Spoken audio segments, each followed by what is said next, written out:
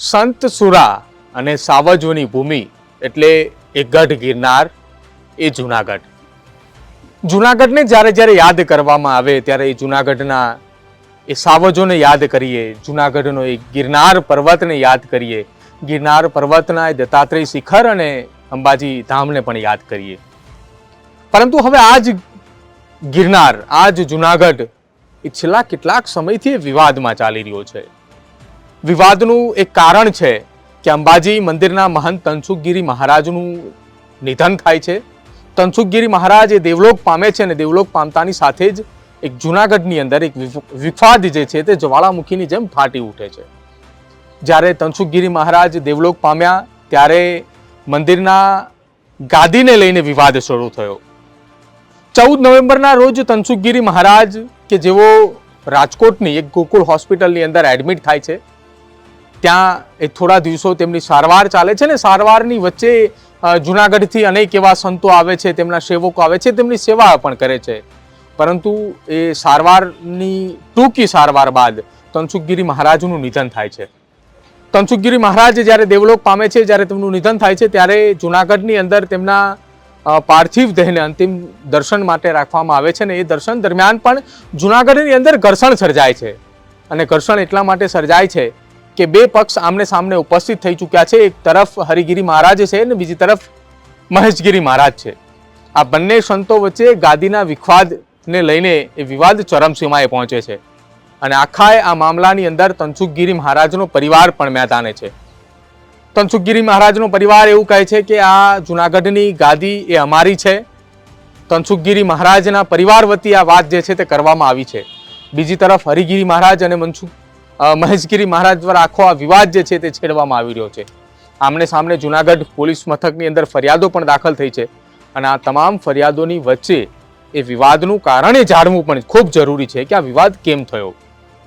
આખા આ વિવાદની અંદર શરૂઆત રાજકોટની ગોકુળ હોસ્પિટલથી થાય છે.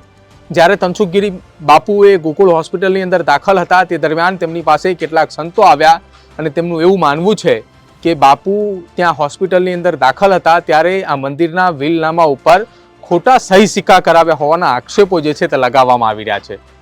આ તમામ આક્ષેપોની વચ્ચે હવે મહેશગીરી એ મેદાને આવે છે.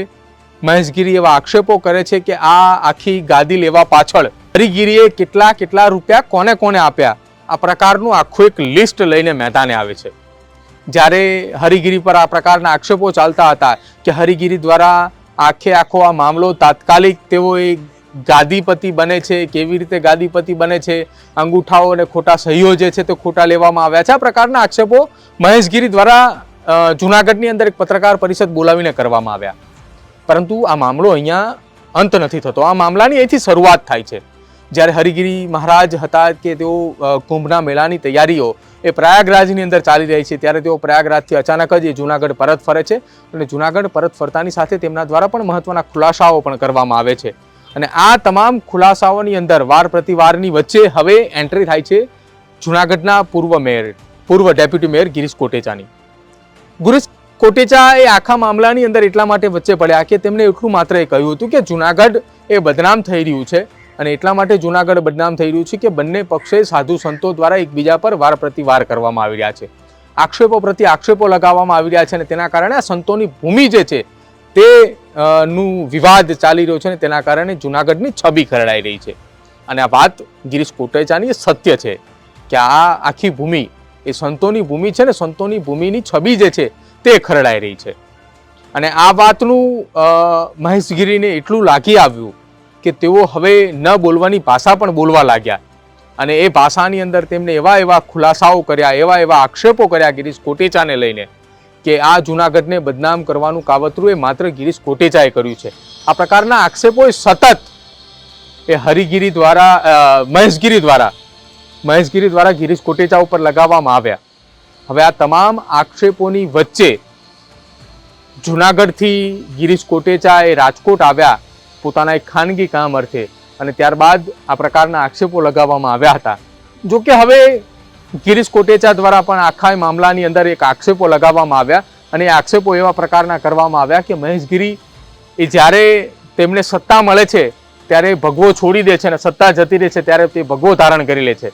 આ વાત તેમને કરી વર્ષ 2014 થી લઈને વર્ષ 2019 સુધીની વાતમાં એ વાત હતી કે વર્ષ 2012 ની અંદર 12 પહેલાની આસપાસનો સમય હતો કે તેઓ દિલ્હી ગયા અને દિલ્હી તેઓ અરવિંદ કેજરીવાલના ઘરની બહાર તેઓ અનશન પણ કર્યા.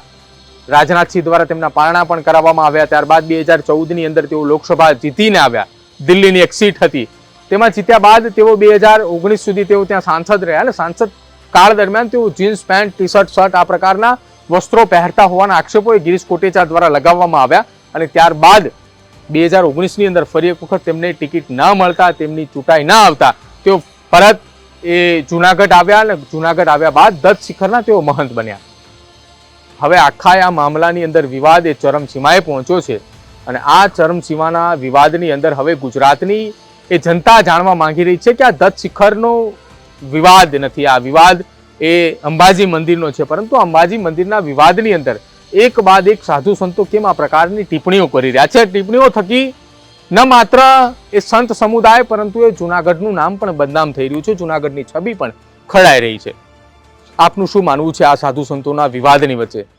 આખો આ મામલો છે અને આ મામલાની અંદર તનસુખગીરીના પરિવાર એ માંગ કરી છે કે આ આશ્રમ એ તનસુખગીરીના પરિવારને સોંપવામાં આવે, કેમ કે છેલ્લી ઘડી સુધી એ માત્ર તનસુખગીરી બાપુની સેવા કરવામાં તેમનો પરિવાર હતો, પરિવાર સિવાય કોઈ સાધુ સંત નહોતો આવ્યો. એટલે કે હવે આખા આ મામલાની અંદર 3 લોકોની એન્ટ્રી છે. તનસુખગીરી બાપુના નિધન થયા બાદ તેમનો પરિવાર પણ મેદાને છે, હરિગીરી પણ મેદાને છે અને સાથે મહેશગીરી પણ મેદાને છે. આ તમામ લોકોને એ આશ્રમ જોઈતો છે, અંબાજી મંદિરની એ ગાદી જોઈતી છે અને ગાદી એટલા માટે જોઈતી છે કે અંબાજી મંદિરની આવકની અંદર હવે ક્યાંક નોંધપાત્ર વધારો થયો છે. આપનું શું માનવું છે આ વિવાદને લઈને? અમારા કમેન્ટ બોક્સની અંદર જણાવજો અને અમારી ચેનલ ન્યૂઝ રૂમને આપ આજે જ લાઈક કરજો, શેર કરજો અને સબસ્ક્રાઇબ કરવાનું ભૂલતા નહીં. નમસ્કાર.